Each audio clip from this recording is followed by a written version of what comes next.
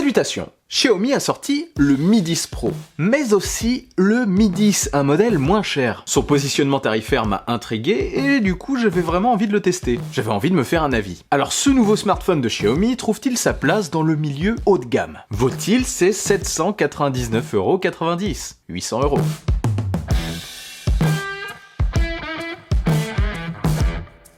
Déjà, dès qu'on le prend en main, on ne s'y trompe pas. Le Xiaomi Mi 10 est un smartphone haut de gamme. Bel écran AMOLED de 6,67 pouces quasi bord à bord, avec un léger menton, je le trouve magnifique et très lumineux. Son taux de rafraîchissement de 90 Hz rend l'expérience super fluide, un vrai régal. La caméra frontale de 20 mégapixels est logée dans un petit et très discret poinçon en haut à gauche. Sous l'écran, on retrouve un lecteur d'empreintes très réactif. Franchement, il fonctionne très bien.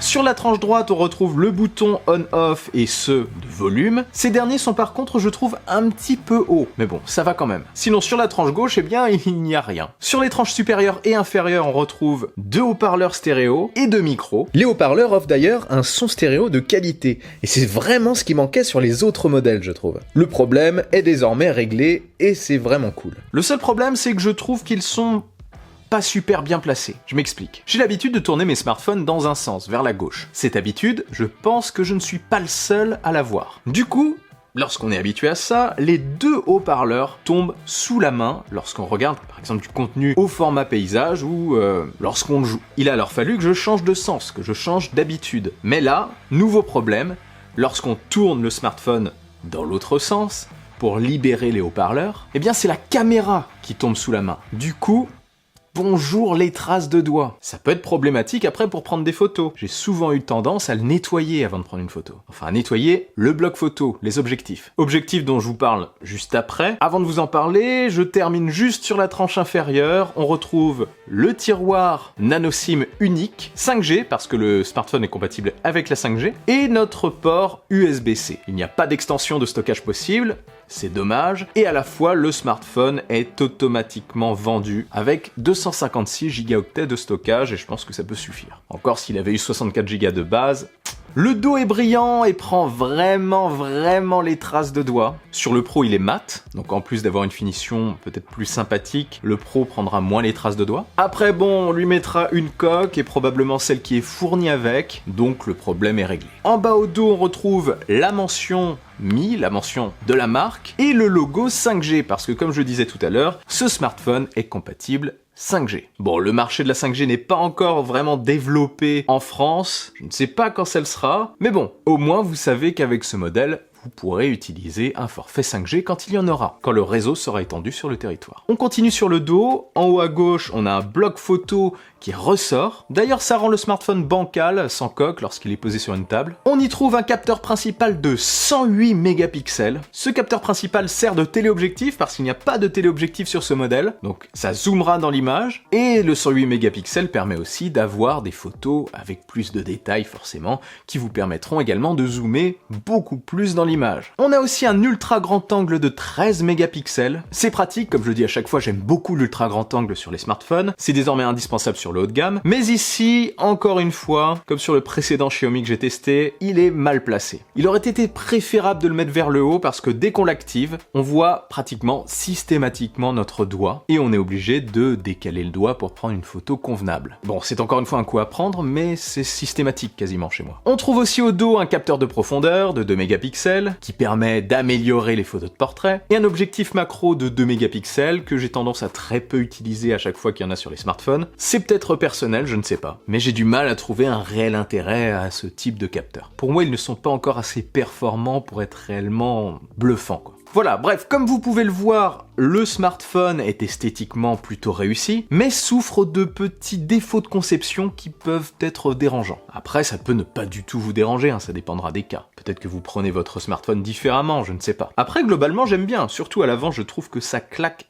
vraiment. Donc oui, je l'affirme, il a une apparence haut de gamme. Ça, c'est validé. Mais ce n'est pas tout, il a aussi des caractéristiques haut de gamme. Il en a clairement sous le capot. Le dernier Snapdragon 865 couplé à 8 Go de RAM. Oui, certains ont plus de RAM, mais franchement, ça suffit largement pour ce que vous en ferez. Et il a 256 Go de stockage, comme je le disais, et la 5G. Pour ce qui est des caractéristiques vidéo de l'appareil, parce que je n'en ai pas encore parlé, il peut tourner quand même jusqu'à de la 8K en 30 fps. Vous pourrez aussi enregistrer des vidéos en 4K 30 et 60 fps, en 1080p 30 et 60 fps, et en 720p à 30 images par seconde. Vous avez aussi le mode ralenti, comme sur la plupart des smartphones maintenant, dans cette gamme, donc 120 fps en 720p et en 1080p. Donc oui, sur le papier, ça en jette, c'est sûr. On ne s'y trompe pas, c'est lourd. Sur le papier, encore une fois. On va voir ce que ça donne en vrai. Côté fluidité, pas de souci, la surcouche est efficace.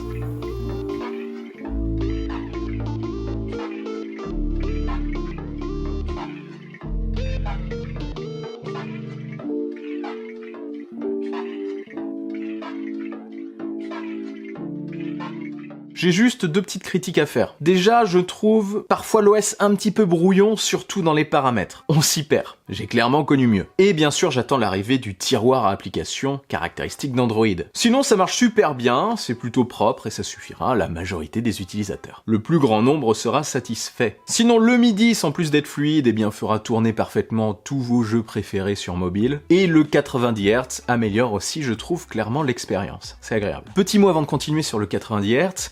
Je vois pas trop de différence avec le 120 Hz que j'ai pu utiliser sur d'autres modèles, franchement. Ça reste très fluide. Et l'écran, je le répète, est vraiment magnifique. Côté charge, Xiaomi a mis tout ce qu'on est en droit d'attendre d'un smartphone haut de gamme. Haut de gamme. Charge sans fil inversé. Vous pourrez recharger avec le dos de l'appareil un autre smartphone ou alors des accessoires compatibles, comme des écouteurs Bluetooth par exemple. Et il est aussi compatible avec la charge filaire, moins rapide que le Pro, 30 watts. Le chargeur est d'ailleurs fourni avec. Alors, j'ai calculé un petit peu, J'ai fait un 0 à 50% en 22 minutes avec le chargeur fourni. Ça, c'est très pratique. Et j'ai fait du 0 à 100% en 55 minutes. Donc c'est plus qu'honorable. Plus qu'honorable, surtout quand on connaît l'autonomie du produit. Elle est excellente. Ce n'est pas la meilleure du marché, oui, mais de mon côté, ça a tenu facilement entre 1 jour et demi et 2 jours, en utilisation classique. Voilà pourquoi j'aime aussi les grands smartphones, En général, côté autonomie, ça tient le coup. Enfin, ça dépend des marques. Côté photo et vidéo, maintenant, j'ai fait ce que j'ai pu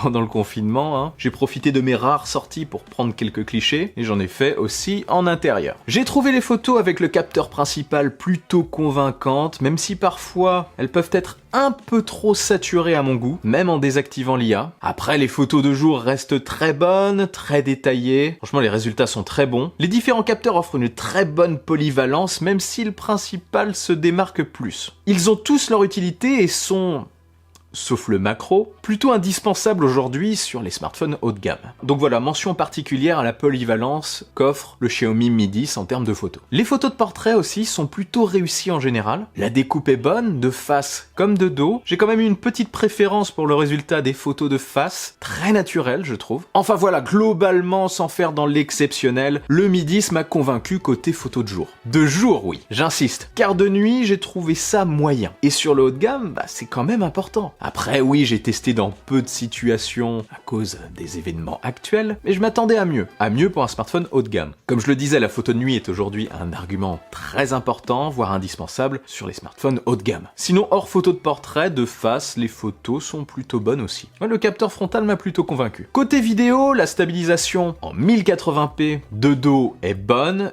et le résultat est souvent réussi.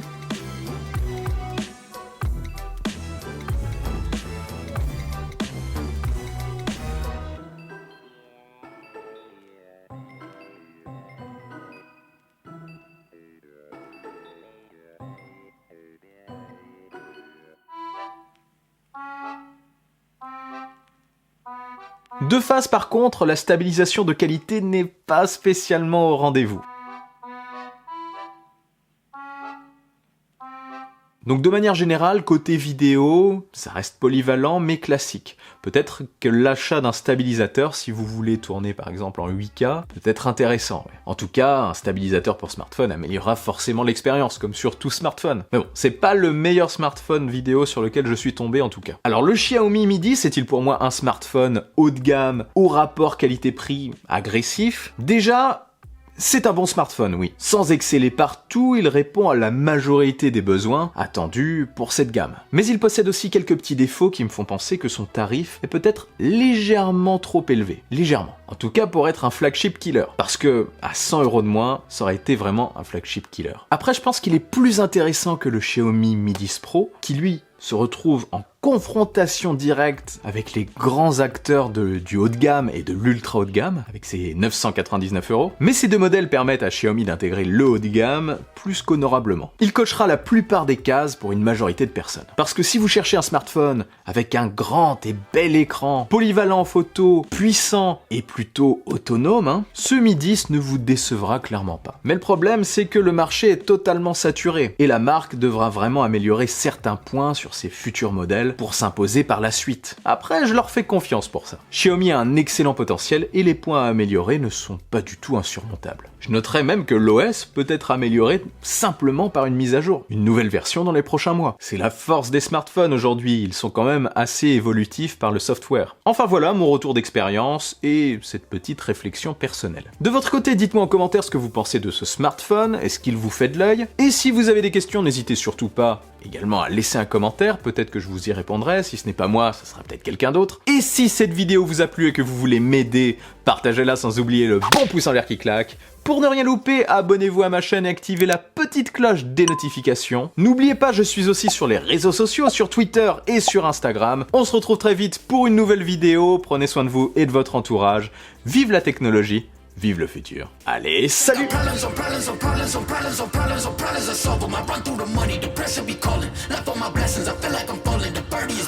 Tell me